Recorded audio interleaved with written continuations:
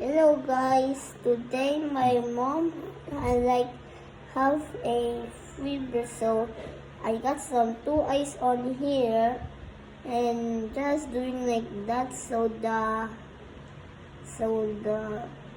temperature of fitness could go down. Okay guys, always do this when somebody has a fever and somebody has a high temperature of fitness of their head.